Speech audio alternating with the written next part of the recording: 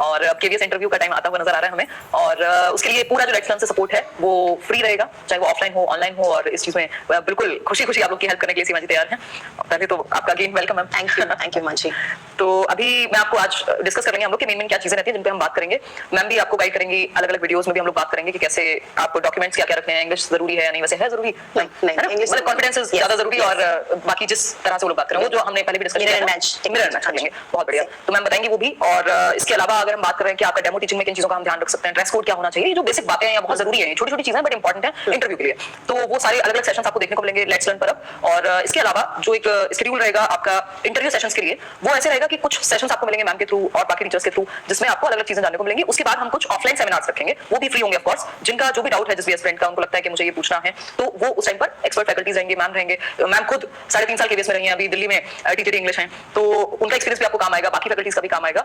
तो वो लोग आपके क्यूएनए जैसा एक सेशन रहेगा, सेमिनार रहेगा दिल्ली में ही, जब होगा फाइनल एक बार आंसर किया जाए, उसके बाद कुछ 2-3 सेमिनार या ऑफलाइन सेशंस रहेंगे। उसके बाद जो लोग बिल्कुल बहुत ज्यादा इंटरेस्टेड हो या सीरियस हैं, उनके लिए मैम फिर हम डेमो टीचिंग का एक सेशन प्रॉपर रखेंगे, मतलब जिसमें मल्टीपल सेशंस जो भी बहुत सीरियस है, मल्टीपल सेशन या फिर वन ऑन वन भी वन ऑन वन ही रहेगा, वन ऑन वन रखेंगे, लेकिन वो लोग जो फाइनली फिर इंटरव्यू के लिए जाएंगे, क्योंकि अभी आंसर किया गया उसके बाद जो भी प्रोसेस है, तो ये प्रोसेस रहेगा। पहले आपको कुछ वीडियोस देखने जिससे आप मेंटली प्रिपेयर हो जाएं और अपने आप को थोड़ा प्रिपेयर कर लें, जो आपको मैम मिलेंगे नेक्स्ट वीडियोस में। उसके अलावा फिर ऑफलाइन सेमिनार्स, फिर वन ऑन वन जो आपका डेमो टीचिंग वाले जो सेशंस एंड मॉक इंटरव्यूज वो हम कंडक्ट करेंगे, तो ये प्रोसेस रहेगा।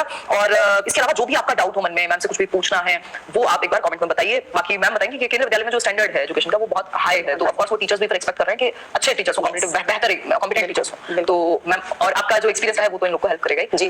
तो ड्रेस कोड और वो सारी चीजें, कुछ और आपको ऐड ऑन करना है कि हम लोग मतलब किन चीजों पे फोकस करने वाले हैं इस सीरीज के दौरान। सो पहले तो congratulations to all those candidates जो कि उम्मीद में हैं कि हाँ हम लोग का स्कोर अच्छा बन रहा है, क्योंकि पेपर देने के बाद ही पता चल जाता है कि क्या रिजल्ट होने वाला है। सो 99% तो आपको आइडिया हो ही गया होगा कि हमारा होने वाला है कि नहीं, और आंसर की आ जाएगी तब तो आपको श्योर ही हो जाएगा। सो इट्स गुड कि आप अभी से ही अलर्ट रहें। और देखिए इंटरव्यू जो है ना, पहले तो हम इंटरव्यू जो एक वर्ड है ना उसी को डाइसेक्ट करके ये समझते हैं कि इंटरव्यू का मतलब क्या होता है। इंटरव्यू का मतलब होता है कि आपकी इंटरनल व्यूज क्या है, मतलब एक कैंडिडेट जो कि किसी ऑर्गेनाइजेशन का पार्ट बनने जा रहा है तो वो क्या व्यूज रखता है generally about teaching, about himself और हरसेल्फ, और अबाउट द सोसाइटी। तो इसी को चेक करने के लिए उन्होंने इंटरव्यू बनाया। बहुत सारे टीचिंग के जो प्लेटफॉर्म्स हैं वहां पर ऐसा होता है कि वहां इंटरव्यू नहीं होता। जैसे अगर हम DSSB की बात करें तो वहां पर आपने देखा होगा कि इंटरव्यू नहीं है, जबकि केवीएस केंद्रीय विद्यालय संगठन में इंटरव्यू एक बहुत इंपॉर्टेंट पार्ट है। तो पहले हम उसका डिफरेंस समझते हैं कि वो क्यों है। कि इंटरव्यूज वो मुझे जो लगता है पर्सनली वो उन्होंने इसीलिए रखा है कि सो दैट आप एक रोट लर्निंग के थ्रू ना आ गए हो कि आपने रोट लर्निंग करके पेपर तो रिटर्न क्लियर कर लिया, लेकिन वो ये भी इंश्योर करना चाहते हैं कि जो कैंडिडेट हमारी ऑर्गेनाइजेशन में एज ए टीचर आ रहा है तो क्या वो इस लायक है, क्या उसकी पर्सनैलिटी इस लायक है कि जो हम चाहते हैं। Because KVS has a pan India presence, बिल्कुल, और यहाँ पर जो आप नॉर्थ साउथ ईस्ट वेस्ट कहीं पर भी, और जैसे मैं ही हूँ, मेरा जब मेरी पोस्टिंग जालंधर में थी और फिर मैंने ट्रांसफर लिया तो मेरा ट्रांसफर दिल्ली में हुआ, तो my child was studying there only, तो वो भी एकदम से वहां पर आ गया। मिड ऑफ द सेशन में हम लोग आए अक्टूबर में, तो मेरी डॉटर को इतनी सी भी 1% प्रॉब्लम नहीं हुई शिफ्ट करने में, because whatever was going on there in Jalandhar same was going on here. Date मतलब बिल्कुल डेट वाइज, टॉपिक वाइज सब कुछ सेम चलता है थ्रू आउट इंडिया, मतलब एक्सेप्ट कि जो थोड़ा सा विंटर वाले प्लेस हैं या वैसे नॉर्थ का जो है वो सब कुछ सेम चलता है। वो करिकुलम इतना स्टैंडर्डाइज्ड है कि प्रॉपर पूरा स्टैंडर्डाइज्ड है, तो टीचिंग भी बहुत स्टैंडर्डाइज्ड है। सो दे वांट टू एंश्योर कि जो कैंडिडेट को हम हायर कर रहे हैं तो वो इस लायक है कि नहीं है, तो उसकी पर्सनैलिटी को चेक करने के लिए वो ये इंटरव्यू रखते हैं। और इंटरव्यू बहुत लार्ज स्केल पे रखा जाता है।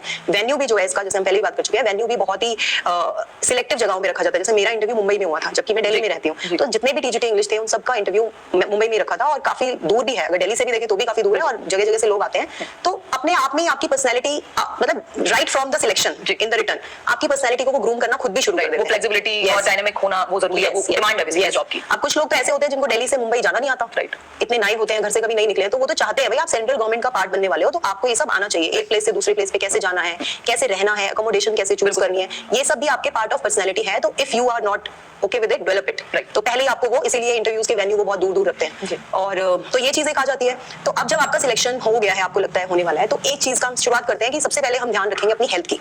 जो आने वाले 2-3 मंथ्स हैं वो आपके लिए बहुत क्रूशियल है, क्योंकि इंटरव्यू डेट एकदम सडनली आएगी, and that will not be as per our choice, तो वो तो अकॉर्डिंग टू द एडमिनिस्ट्रेटिव। कितना टाइम, मैं आपको बीच में सॉरी इंटरप्ट कर रही हूं, कितना टाइम हम मान के चलें कि अभी जैसे रिवाइज आंसर की नहीं आई है तो उसके बाद जो फाइनल मेरिट लगती है उसके कितने टाइम बाद इंटरव्यूज ये लोग कंडक्ट कराना स्टार्ट कर देते हैं? मुझे लगता है कि 1 महीने का पीरियड तो मिलता है मिनिमम, 1 to 1.5 months तो मिलता है, which is more than sufficient, right?